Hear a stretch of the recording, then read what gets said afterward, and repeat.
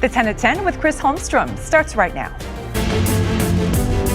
An explosion in Wilmington sends firefighters to the hospital. We're live as we learn more about what caused a fiery explosion. Plus, a teenager steps up to stop a school shooting. We've got the latest and the suspect and what he was planning. And it was meant to be a celebration. What investigators have learned after the Chiefs' Super Bowl victory parade ended in a deadly shooting.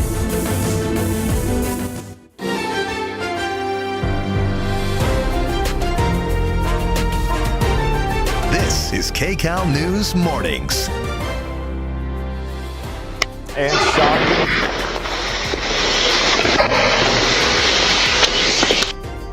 Wow, shocking video as we track that breaking news this morning in Wilmington. 7 firefighters are injured after a massive explosion involving a natural gas truck.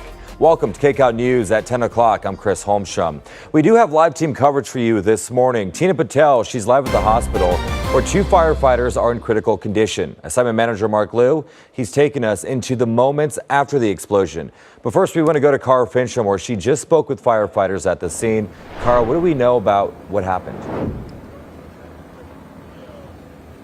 Well, they're very concerned about their fellow firefighters, awaiting some updates on that. But for right now, right here, there is a continuing threat. And behind me, you can see they have a very large perimeter sealed off because we are told there is another cylinder with compressed natural gas up there that they're concerned about. They want to make sure that that is actually that threat is mitigated before they clear this area. Now, placards are usually on these kind of vehicles. It's unclear if that was the situation here. Ring video did capture the incredible force of the explosion. Take a look.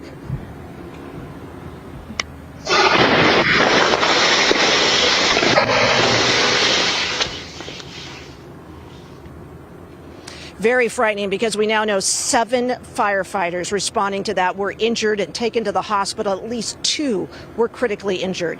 Firefighters responding to a big rig fire near the port here when a department spokesperson tell us 2 of those pressurized cylinders exploded. He says that truck was fueled by CNG, compressed natural gas, and that it appears the cylinders contain fuel for the vehicle. Placards, again, usually on these vehicles that alert responders to that potential threat.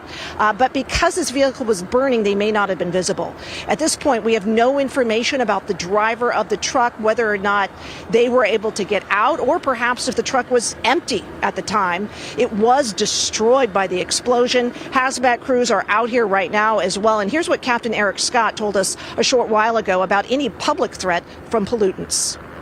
So what we need to do is just deny and isolate entry for anyone coming here. We have hose lines in place, and we're going to put out that off-gassing little bit of flame that remains there. It will naturally then dissipate into the air, and there won't be any hazard to nearby people.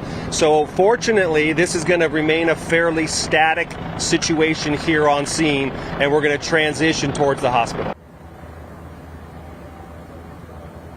At a very difficult time for the firefighters out here as they do that. Many of them remembering the 2020 Boyd Street fire where 11 firefighters were hurt. This time we're talking about 7 sent to the hospital. So we'll be awaiting more word on that. Back to you. Yeah, and Carl, when you look at that video, you could just see how big this explosion was and how dangerous it was. Well, thank you for that update. We appreciate it. As for those firefighters you were talking about, they were taken to Harbor UCLA Medical Center in Torrance. That's about 5 miles away from the site of the explosion where Cara's at. Let's go to KCAL News reporter Tina Patel. She's live at the hospital with an update. Tina, we know 7 firefighters injured. Do we know how they're doing, though, and what their injuries entail? No, we're told by the fire department that there is going to be a press briefing about an hour from now, and those are the details that we're hoping to get. I'm by the emergency room entrance, and you can see kind of on both sides of the street there are actually vehicles from the LA City Fire Department that are here. That we've seen a number of firefighters kind of pull up, go inside, try to show their support for the firefighters that are being treated here.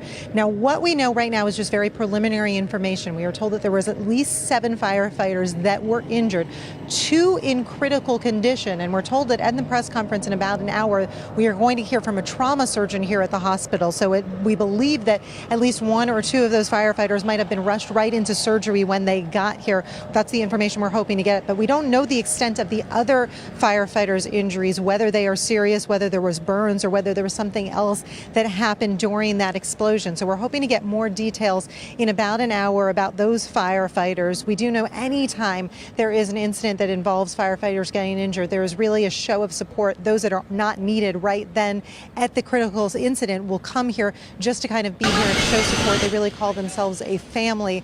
And so that's why we have seen just in the last hour a number of trucks kind of come in and out. We also saw the fire department helicopter here at the hospital. So again, a big show of support from the department, everybody waiting for those updates. And as soon as we have that information from you on how those firefighters are doing, we will share that with you. Right now, we'll send it back to you.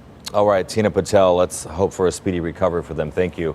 All right, the moments after the truck exploded, firefighters, they made Mayday call-outs. Assignment Manager Mark Liu live at the desk with how firefighters communicated the desperate rush to get the injured to safety. Mark, what can you tell us? Yeah, Chris, I'll tell you, hearing a Mayday call-out on the fire radios is something you never want to hear. Firefighters moved fast to declare this incident in imminent danger and rushed rescue ambulances to the scene. Now take a listen to the moments just after the explosion as firefighters announced on the radio they have multiple injuries at this scene. Take a listen. We've had an explosion. 49.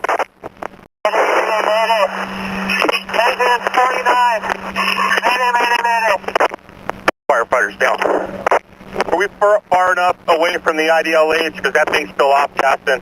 Are we good on that distance? Now, right there, you heard that last firefighter call this incident an IDLH. That's a pretty rare thing to hear on the fire radios. It stands for imminent danger to life or health and is used in situations where there is active danger to anyone involved at the scene. Now, after declaring that Mayday, firefighters set up a very large perimeter, as you can see there, around the wreckage of that destroyed truck and then expanded it even further when they realized there was still a pressurized tank burning underneath all of that. The Mayday call triggered far more firefighters and paramedics to arrive at the scene. They rushed 3 of those firefighters, 2 of them critical, right to Harbor UCLA. That's the closest trauma center, about 5 miles away. That's where Tina Patel is. In total, 7 firefighters injured in this explosion. And this morning, the investigation as to how this happened continues. That is the very latest here from the desk. I'll send it back to you. All right, Mark, still lots to come from this. Of course, we'll continue to follow this story as the day goes on, including how these firefighters, 7 firefighters who were injured, are now doing in the hospital. CBS News Los Angeles, your local news, streaming wherever, whenever.